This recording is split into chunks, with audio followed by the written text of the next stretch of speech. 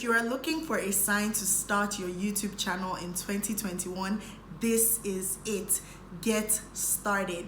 Welcome back to my channel, guys. It's Rachel here. As always, hit that subscribe button so you never miss a thing. You can also like this video so that it is referred to other viewers who may consider it useful or helpful. So I'm going to introduce myself before I start with the topic of today. My name is Rachel. I am a booktuber. I have been putting out content on YouTube actively for the past 11 months. I am about to get to my 1-year anniversary. Woo! I put out content on books, book reviews, book discussions, book recommendations, tips and tricks that could help you read more and just develop a reading habit. I also share lessons from books that I am learning and have discussions on topical issues or themes that are inspired from books. So today I'm going to be sharing with you guys 10 tips that can help you start and grow your YouTube channel, especially if you are considering launching same in a small or unpopular niche. And what do I mean by a small or unpopular niche? I mean a niche that is not really considered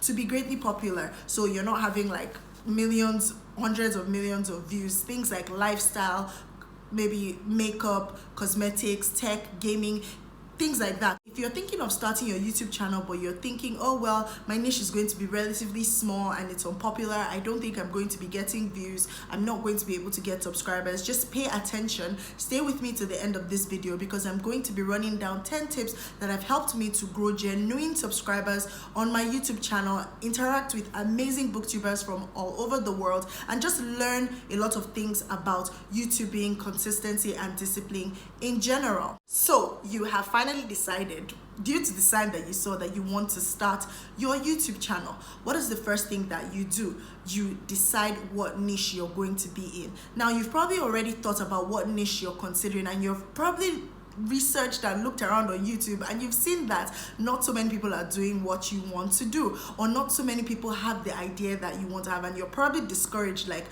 who is even going to watch my videos anyway? Not so many people vibe with this particular kind of content. But hold on, I'm here to tell you that you will be surprised by how many people actually vibe with your content. So yes, it may not be the most popular niche on YouTube, it may not be the one streaming in all the subscribers and all the viewers, but if you are able to decide what niche that you want to be in, narrow it down, and make sure that you are not tempted to sort of like include other things that you feel would bring more subscribers or more views. At the end of the day, you're putting out content and you want people to be able to trust your content and consider it as valuable to them so that they can subscribe and like your videos, or probably even share it with people. So the first step and the first tip would be to decide what niche you want to go into. Now that you have decided what niche you want to go into, we will go to number 2. Do some research on what people in that small or unpopular niche are doing. So for example, when I wanted to start my booktube channel, I realized that, it's not one of the most popular niches on YouTube. In fact, I googled the top 10 popular niches on YouTube, and books was not even one of the top 10 on YouTube. And so I was wondering, I was like, okay, how am I going to appeal to others? But I saw people that had hundreds and thousands of subscribers that were doing booktube as well. But I didn't really see a lot of Africans that reside in Africa or in Nigeria that were doing booktube. And so what I did was I went and I researched, and I found out, okay, what are the other booktubers who are living in other parts of the world? What are they doing? Like, I found out things about tags, challenges, discussions, and then I added my own twist. I was like, I'm going to be doing book reviews as well and book discussions. So there were things that I was able to research on. What are the do's and don'ts of things that are done in my niche, and how can I put my own personal twist to it so that my viewers can ultimately trust my content and look forward to same. So the next step is for you to do some research on what people in that niche are doing, and you can sort of get some creative ideas from that, twist it into yours, and go all out with it. Number 3, now that you have done the research and you have decided what niche you want to be on, the next thing is to start. Look, you don't want to be affected by analysis paralysis, doing all the research for like 10 years, 11 years. If you want to start your channel this year, chances are you've probably been doing research since last year, thinking, oh, it would be nice to start a YouTube channel, but I don't really know how to go about it. Let me do some research. And you've probably been doing research for the past 1 month, 2 months, 3 months, probably even years. You've been doing research. Stop doing research. The research is okay. It's okay. Start your channel. Just start. The first couple of videos may not be perfect. Look, sometimes when I watch the first video that I put up, I probably cringe because I'm like, what is this? But I'm here to tell you that as you practice, as you go further, you're going to make progress for sure. So you cannot expect it to be perfect at the first try. Along the way, you will learn from mistakes. You will learn how to do things better. You will learn how to film better with your camera or your phone or whatever it is, but just start. Number 4, connect with other YouTubers who are in that small niche. So you've probably done some research and you've seen that some YouTubers are actually in that small or unpopular niche that you're trying to launch into. Now you can connect with them, subscribe to their channels, watch their videos, leave reasonable comments, not just like spamish comments. Leave reasonable comments on it, ask them questions, they'll probably respond, and you guys can probably go back and forth. If you know that they have social media, follow them on social media, exchange messages with them, let them know, oh, I looked at your channel, I'm here following you, good job, well done. Leave compliments or whatever that you can. You can connect with them not only on YouTube, you can even also go to Facebook. You will be surprised. That was one thing that I learned. I went and I joined Facebook groups of booktubers, Nigerian YouTubers, content creators in Nigeria, and you'll be able to connect with people there who are probably in the same small niche as yours, and that is how your subscribers and genuine likes and genuine subscribers and viewers will grow. Number 5, do not do sub for sub. This is the danger that a lot of new YouTubers get themselves into. I promise you, when I first started my channel, I was tempted to do sub for sub. Sub for sub is where somebody tells you, oh, I'm a YouTuber as well, let me just subscribe to your channel. You subscribe to mine. The person doesn't even vibe with your content, you don't vibe with their content, then you guys go and subscribe to each other's channel. First of all, it's against YouTube rules and violations or whatever. And if you don't know a lot about YouTube's like user terms or like things that would make them suspend your channel, then you should probably go and read up on that. But that's one of those things that YouTube actually does not like, because YouTube wants to be able to tell who is actually liking your videos, watching your videos, and whether or not they vibe with your content, so that they can recommend more videos like that to that particular person. So if you have somebody who doesn't even watch your videos and is just doing sub for sub, then your own channel is going to be in danger. I promise it is tempting, because when you start YouTube and you're on 10 subscribers, 20, 40, 100, you're seeing people with 1,000, 5,000, 10,000. The temptation is to want to go ahead of yourself. The temptation is to want to speed things up, the process, the growth, everything that you're going to learn. You're just looking towards the first milestone for you, which may be 500 subscribers or 1,000 subscribers. But do not do for sub. It is more harmful than good to you. So just grow your subscribers genuinely. Number 6, push your YouTube page, your YouTube channel on your social media. You probably have Instagram, Twitter, you're probably on Clubhouse, you're probably on Facebook. Push your content on those social media platforms. Let people be able to connect with you, people who are probably interested in such things that may not be so popular even on social media. Let them be able to reach you. Whenever you post a new video, you need to push your content there. Put the links in your bio. On Facebook, there are a lot of people who are there who are not on Instagram and Twitter. That is one thing I learned. And Facebook has one of the highest number of users of social media. In fact, Instagram is not even, I don't think Instagram is even one of the top 3. So what you want to do is to keep on pushing out your content on each of your social media pages. If you're not active on social media, then you have to sort of get yourself back active on social media, because you get so many subscribers and so many views, people who are probably wanting to vibe with your content on social media. Number 7, and this is one of the biggest things that I learned, especially starting out as a small YouTuber and a YouTuber in an unpopular or small niche. Oh my goodness, be consistent.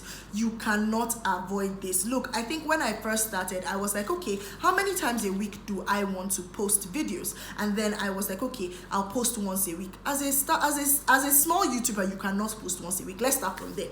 Forget about posting once a week. Forget about putting up videos once a week. You need to be posting at least 3 to 4 times a week. Why? Because you are small, you're relatively new, nobody knows about your content, especially if it's a small niche that nobody really talks about or nobody really vibes you need to be able to gain the trust of people. People need to be able to see why your content is valuable. And if you come once a week, post something, disappear 6 days, come back again, post something, people are bound to forget about you and they're probably not going to subscribe. But if you're posting 3 to 4 times a week, then you are in people's faces, and even if the first time they click on your YouTube channel they forget to subscribe, best believe by the second or third time you post that week they will subscribe, and more people will be able to share your content out there because you're always in their face. Even if they're not vibing with it at the beginning, they'll be like, let me even see what this person's channel may most likely be about. And you will be surprised. That's what I keep on saying. You'll be surprised at how many people would vibe with your content. Number 8, be patient. You know, you're just starting out. It's a small niche. It's not that popular. The tendency is, oh well, let me just, like I said, sub for sub. You're not patient with yourself. You're then hard on yourself. Oh, why am I not growing? Why am I not getting subscribers? Why am I not getting views? Why are things not changing? But remember, you have to be patient. There's a channel on YouTube where I learned that you can't even gauge your growth as a YouTuber until you've put out at least 30 videos. So work on putting out those 30 videos first. Whatever, however imperfect they are, just work on putting them out. When it comes to editing, which I'm coming to shortly, you need to pay attention to certain things that you think that may not be so important, but they definitely are. So be patient with yourself. Don't be hard on yourself. When you get to your 30 video upload milestone or whatever that is, then you can start gauging, okay, what is the progress of this channel and how is it growing or how is it doing. But be patient. Number 9 is pay attention to things like editing, you know, thumbnails, all these little things, titles. You kind of want to have catchy titles on the content that you put up on your YouTube channel. Even your thumbnail should be of a good quality picture with a catchy, probably caption, if you can put a caption in your picture, and not just a screenshot of something that you've taken from the video that you uploaded. Put in some work on editing your thumbnail. You can use Canva, you can use Spark Post, you can use different apps are available. You can do some research to know which one may be easier for you to use or which one you may end up liking. Also, there's nothing wrong with using your phone, a tripod, and even some natural light as your filming equipment. I am literally filming this video on my iPhone X with my tripod and some natural light. So don't be like, oh, I can't start my YouTube channel or nobody's going to vibe with me because I'm using my phone to record. I've been recording with my phone for the past 11 months and I think I'm doing fairly okay, if I do say so myself. So you need to pay attention to your filming, pay attention to the quality of light in your video, pay attention to your thumbnails and your catchy titles, and even in the description in your description box, try to explain a little bit about what the video might be about. Nothing too lengthy, but also you can also leave links, social media, where people can reach you. You can leave your email in case they want to collaborate with you or want to know more about you on social media. I don't really think it's nice to just put one sentence of what you think the video is about and then that's it. How do people reach you? How do people get to your social media? How do people send you an email if they want to collaborate with you? And now my 10th tip, if you are a new YouTuber or you're thinking of starting a YouTube channel in a small or unpopular niche, is to stay true to yourself. Stay true to yourself. Look, you're doing YouTube. I'm assuming you're doing YouTube because you want to talk about or do things that you're passionate about, that you love to talk about, things that come easy to you. The editing process of the videos may not, come easy to you, and you may have to learn and you'll get better as you progress. But you're on YouTube because you love it. If you're here because you want to make money, especially in a small or popular niche, my dear, this is not the place for you if you're looking to make money in 1 month, because you would have to work for it. It's not easy getting 4,000 watch hours. It is not easy getting 1,000 subscribers. It has to be consistent hard work, day in, day out. You have to record videos, you have to edit them to a reasonable level of attraction, even if you're not the world best editor. One thing I learned is that you can find a lot of things on Google. Like, just Google. If you don't know anything, I kid you not, no matter how ridiculous the question is, how do I include an emoji on whatever, you will find it on Google. Search for things, do research, but learn to also do research as you're going along. Stay true to yourself. You will see other channels that are doing things that seem to be bigger and better, and they seem to be attracting more views, but that may not be who you are. Let them vibe with their own content. Put out your own content. Stay true and genuine to yourself. You may copy the ideas of other people, that you have seen in your niche that you probably admire that are doing nice things. Make it your own. It doesn't have to look exactly like theirs. You don't have to sound like anybody else on your YouTube channel. You don't have to copy their lingo. You don't have to even have an intro video, whatever fancy things that you've probably seen. If it's not what you want to do, don't do it. You're here to have fun. You're here to connect with other people. You're here to put out your content that you feel like is valuable for people to learn from and just have a good time in general. So make sure that you stay true to yourself, have fun, and let your passion see you through. Remember to put in the hard work. Remember to be patient with yourself. Remember, most importantly, to also be consistent with whatever you're putting out. Even if you have periods where you enter into a slump and you feel like, oh, I'm not in the mood to put out any videos, and you've not put out videos for 2 weeks, 3 weeks, 1 month, it's fine. The world is still spinning. Nobody is going to like die. Go and take care of yourself. Do whatever you need to do. When you're ready to come back and start putting up your videos. The most important thing is to be consistent as you are putting up those videos. Don't forget to take care of your mental health and prioritize self-care when you are putting out content. Even if you feel like you're going to be letting people down if you're not putting out content, take care of yourself first and have fun as you are putting out content on your YouTube channel. So if you have gained anything important from this video, let me know in the comments. If you have additional tips for new YouTubers who are just starting out or who are planning to start out in a small or unpopular niche, please leave any advice for them in the comments as well. Let me know if this was helpful in any way to you, and thank you so much for watching. If you have not done so, subscribe to my YouTube channel, and I will see you in my next video. Bye.